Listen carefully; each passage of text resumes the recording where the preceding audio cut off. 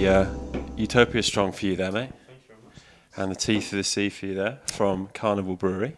I've just seen you guys perform here at Crofters Rights, and you've played a set of a lot of new songs. How did you think they went? Yeah, I think it was okay. It's always a challenge, I think, playing new songs. Had a couple of new ones in there tonight and sort of a different order to the set. So when it gets nailed in, then you do feel a lot more relaxed on stage.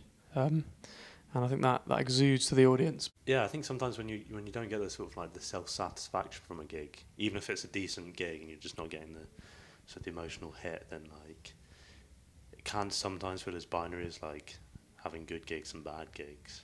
There's no real sliding scale. You've never walked off feeling, yeah, it was okay. It's really. Quite extreme emotions. It's quite hard to be stoic about in a way. Oh, I don't know. I guess it's an indication of just how like fundamentally self-serving the music is, which is a good thing, I think. And that's our primary motivation. What can ruin a gig for you guys, do you think? Bad lighting. Like, I think does need to be quite dark in there for us, which we managed to get today, but like the door was open at the back, which was, I think that, I don't know, we just wanted to be like as immersive as possible, which I guess any band would want really, but I think the music, we wanted to be transportative, and I think having the setting around that to be as immersive as possible is key really, I think. I think I caught you, I was looking at you performing and I did catch you sort of giving the stink eye to a group of people stood outside, just like talking really loudly. Yeah. And I was like, I think he might be taken out of this a little bit because he's sort of like glaring over at these people. Yeah. I mean, I try to give just people the stink eye anyway. Yeah. Like, it's just part of the whole thing. Part of the live experience. Yeah, but that... Yeah, of course. But yeah, I just looked out the door and it was just like... But yeah, it happens. You got to deal with these things. The setting's not always going to be perfect, and when it is good, it's all the better for it. You mentioned before about how it feels very communal for you guys on stage, and I know that you're very tight knit because you met years ago. You've been friends since school, right? So when were you? How old were you when you first met? I met you when I was 13, I think. Yeah. Was music always something that you bonded over at that age, or how did it start? Certainly listening to music. I remember sending Barnes, what's he building in there? Oh, yeah. Tom Wade. What's he building in there? What the hell is he building in there? Which tested the friendship, I reckon. Do you remember what you felt when you heard that, or what was the? Yeah, I mean, it's one of the. It's weird. Like, I felt uneasy listening to that, which is what the intention of the song, and it's definitely a moment that stuck with me. But I think my tastes hadn't really experienced like some of the murkier, darker edges of music at that point, and so it was quite shocking. But yeah, I remember. I mean, yeah, no, you introduced me a lot of like amazing music, and I think I've heard about the Velvet Underground from you. Like I'd never heard of them before. They're like easily one of my favourite bands now. Yeah, like me and Matt went to the same uni and just sort of both got into dance music and electronic music together. We used to like DJ together, put on a couple of nights. And yeah, that's had a big impact on Quade and like the sound of Quade. Can you pinpoint any experiences or acts that you saw around that time that you think shaped what you do with Quade? There's a night in Leeds, I believe it's still running, called Subdub, which is it's basically like a dub and kind of like dubstep night that's in a West Indian community centre in Leeds. And yeah, me and Matt both went to that together for the first time, and it's like such a powerful experience when you go to something like that for the first time, because it's just such like a physical musical experience because of the sound systems and the bass and stuff. And yeah, Matt was saying to me, I think earlier today or yesterday maybe, just that was like the moment he felt that he wanted to get involved in music in some way. I noticed Matt was playing live a spoken word sample of what Tom's later told me is a sample from a Andrew Weatherall interview.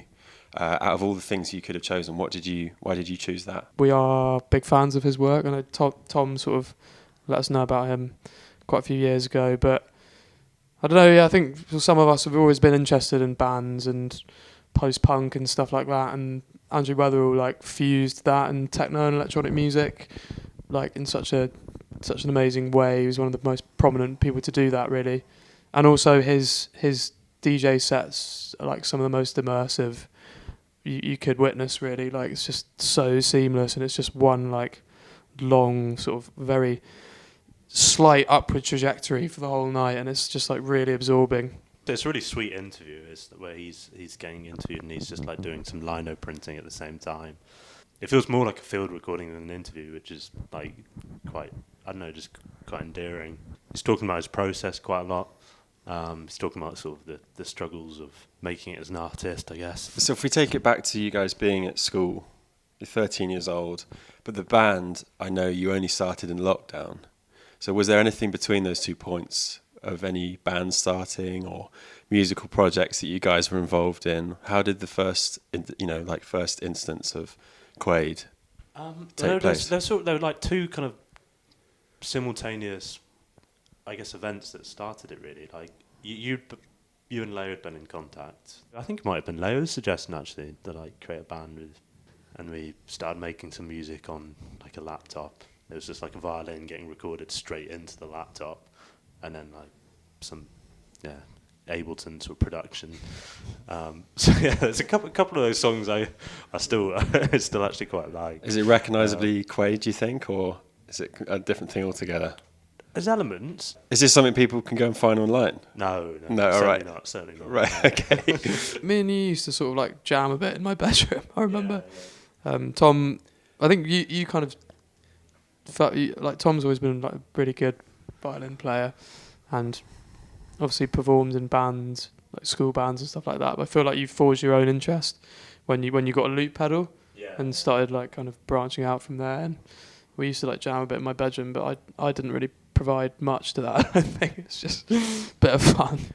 But yeah, I remember me, Matt, and Leo as well had a scheme of creating like a funk band when we were like 18. Never happened. Fair enough. Yeah, here we are. Yeah. I wanted to ask how you go from the taste that you had then, and you obviously grew up together, but by the sounds of it, you weren't always making music together. So how did you land on the sound that you have now? Because you went straight in with quite a defined sounding set of songs, the ones I've heard so far. It was kind of like accidental, like initially. Just when we first started playing together, Tom didn't play violin that much, and then we wrote the balance basically, and we were writing a load of other songs at the time. We made the balance, and I think everyone just felt just very happy with that song, and it felt like the song that represented what we all kind of wanted, like the different things we all wanted to get out of it, while sounding like a cohesive, like singular piece at the same time.